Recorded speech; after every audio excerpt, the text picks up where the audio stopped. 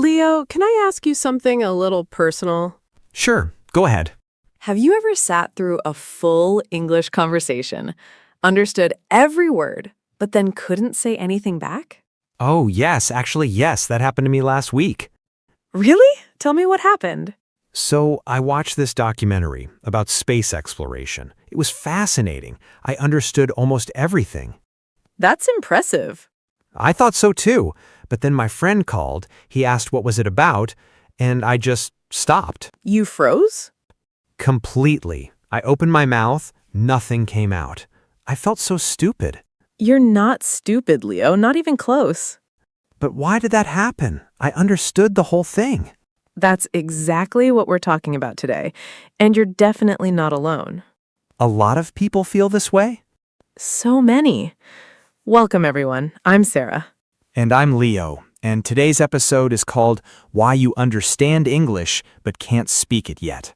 If that gap between understanding and speaking feels familiar, stay with us. This one is for you. It's going to be a really honest conversation. Okay, Leo, let's go back to your documentary story.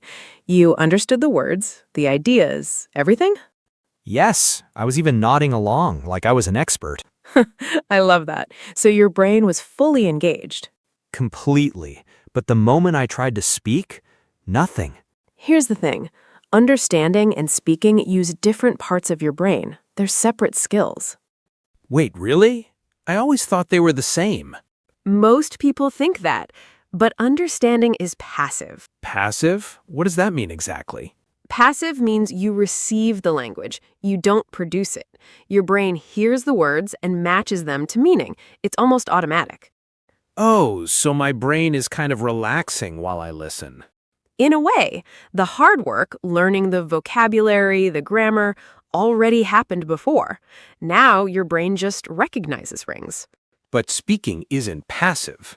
Not at all. Speaking is active. You have to find the right word, build the sentence, check your grammar, think about pronunciation, all at the exact same moment. That sounds overwhelming. It is, at first. Think of it this way. Reading sheet music and playing the piano. Okay, I can picture that. You can read the notes on a page and understand what the song should sound like. That's passive. But can you sit down and actually play it? Only if my hands have practiced. Exactly. Understanding English is reading the music. Speaking is playing the piano. They feel connected, but they need completely separate practice. So I've spent years reading the music, and I never touched the piano. That's the gap. Have you ever felt that, Leo? Like English is right there inside you, but you can't get it out? All the time. It's like I know what I want to say, but I can't find the way to say it. That feeling has a name. Teachers call it the understanding gap, and it's very, very real. Let me tell you about someone I worked with. I'll call her Mia. Who was she? A very motivated learner. Smart, hardworking. She listened to English podcasts every single morning. For how long? Over a year. Every day, without fail. Wow, her English must have been great. Her listening was excellent, but one day I asked her to talk about her weekend, just casually, and she went completely quiet. Like me with my friend. Exactly. She said, Sarah, I know what I want to say. My brain has it, but my mouth just won't cooperate. Her mouth won't cooperate. I feel that every time I try to speak. Mia's problem wasn't laziness, it wasn't ability, it was that she only practiced input and never output. Input and output. Can you explain those? Of course, input is everything going into your brain, listening, reading. Output is everything coming out, speaking, writing. So Mia was filling the tank, but she never turned on the engine. That's a perfect way to say it. So the solution is output. Yes, you have to practice producing language, not just consuming it. But that feels so much harder than just watching videos. It is harder. That's why most people avoid it. So Mia was doing the comfortable thing, not the useful thing. Smart, dedicated learners fall into this trap all the time. They watch hours of English content. They understand everything. Then they open their mouth and nothing flows. Because the engine hasn't been trained. Exactly. The tank is full, but the engine doesn't know how to run yet. How did Mia fix it? She started talking to herself. Every morning, out loud, in English, she described her plans for the day. Just to herself? Just to herself. It felt silly at first, but within a few weeks, her mouth started cooperating. I want to try that. You should. We'll come back to that. Does it really work, talking to yourself? It works because your mouth is getting the practice. Your brain already has the words, but your mouth needs to learn how to move, how to form the sounds, how to find the rhythm. Like training a muscle. Exactly like that. You wouldn't expect to run a race without training your legs first. And I've been expecting my mouth to run without any training at all. Now you know. Let's train it. Okay, Leo, here's another big reason people stay stuck. They wait. Wait for what? They wait until their English is good enough to start speaking. Oh, I've done this. Tell me. I kept saying next month, when I finish this grammar book, when I know enough vocabulary. And? Next month kept becoming next month. That's so common. Here's the problem with waiting. Fluency comes from speaking, not the other way around. Wait, so you become fluent by speaking, not by waiting to be fluent. Exactly. It's a loop. The thing you're waiting for only comes from doing the thing you're avoiding. That's kind of uncomfortable to hear. It's meant to be. Here's something I always say. You don't learn to swim by reading about water. You have to get in the water. Even when it's cold, even when you swallow some of it. So mistakes are fine? Mistakes are not just fine, they're necessary. When you say something wrong and someone helps you fix it, your brain makes a brand new connection. It sticks better than just reading a rule. So much better. Your brain remembers real experiences, emotional moments like the small embarrassment of getting something wrong. A little embarrassment teaches you. More than any textbook. Think about children learning to walk. They fall constantly, they don't wait until they're ready, they try, fall, get up, try again. And nobody tells them to stop because they keep falling. Nobody.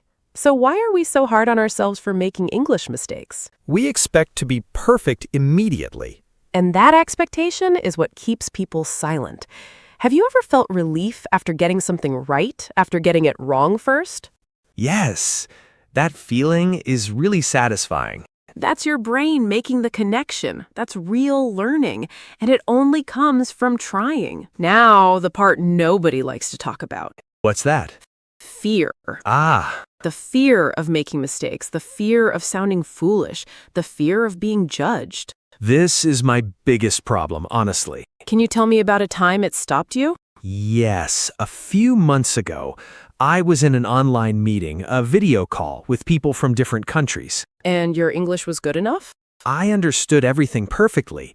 Then someone asked a question and I knew the answer. But I thought, what if I say something wrong? What if I use the wrong word? What if they think I'm not smart? so what happened? I stayed quiet, and 10 seconds later, someone else answered with very simple English, even with some errors, and everyone just nodded and moved on.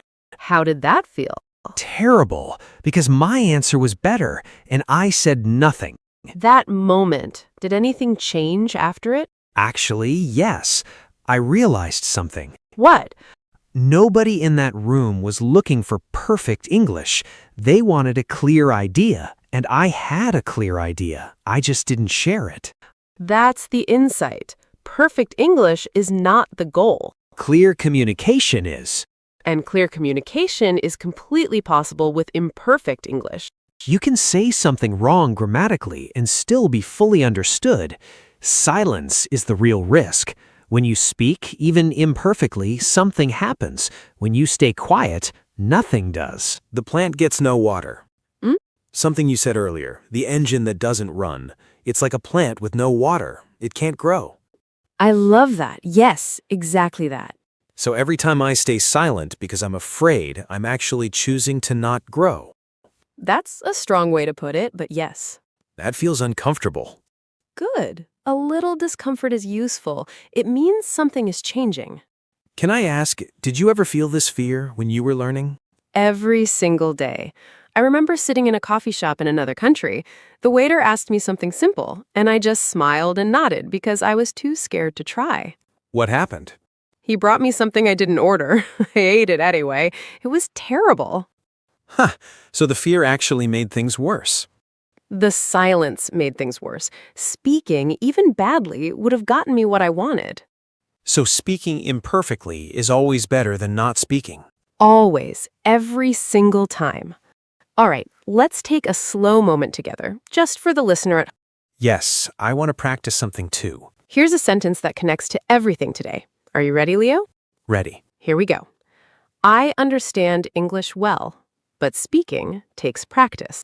Okay, I understand English well, but speaking takes a practice. Really close. One small thing. We say takes practice, not takes a practice. Why no A?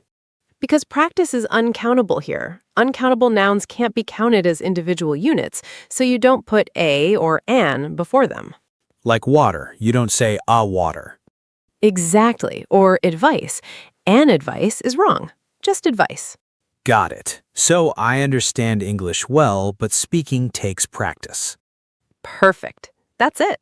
It felt different saying it correctly. Now, everyone listening, say that sentence right now. Out loud. Don't wait. Say it slowly.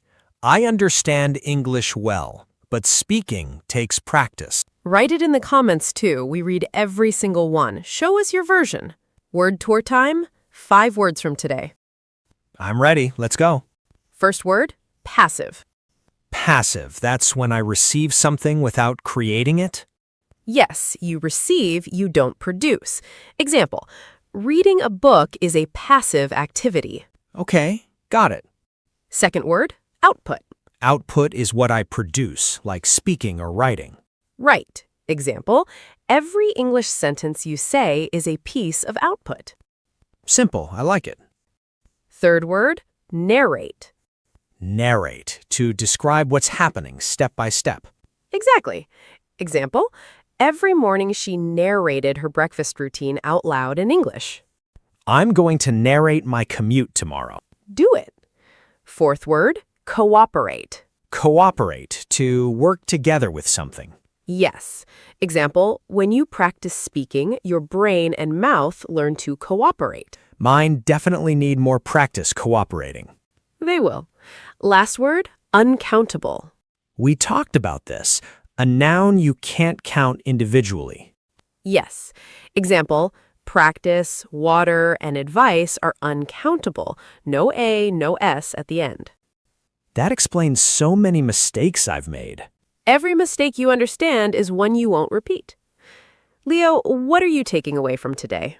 Honestly, I've been filling my tank for so long, listening, reading, studying, but I forgot to turn on the engine. And now? Now, I know I need output, real speaking, even if it's just talking to myself. That's a big shift. And the fear thing, I think I'll still feel it, but I want to speak anyway. That's exactly it. The fear doesn't disappear. You just learn to speak through it. Speak through it. I'll remember that. To everyone listening today, you understand English. You really do. That understanding is real, and it took real work to build. But speaking is its own skill, and it's waiting for you to start. Start small. Narrate your morning. Describe your lunch. Talk to yourself in English. It's not silly, it's training. Because the goal isn't perfect English, it's open English, letting the words come out. And every time you open your mouth, even imperfectly, the door gets a little wider. A little wider every time. Until one day, the words just come. Not perfectly, but freely. That's what I want. Free English. And you'll get there, one brave sentence at a time. Thank you, Sarah. This helped me more than I expected. That's why we do this. And thank you, everyone, for spending this time with us. If today's episode helped you, please subscribe. New episodes every week, just for learners like you. See you next time, and until then, speak. Even when it's hard, start today.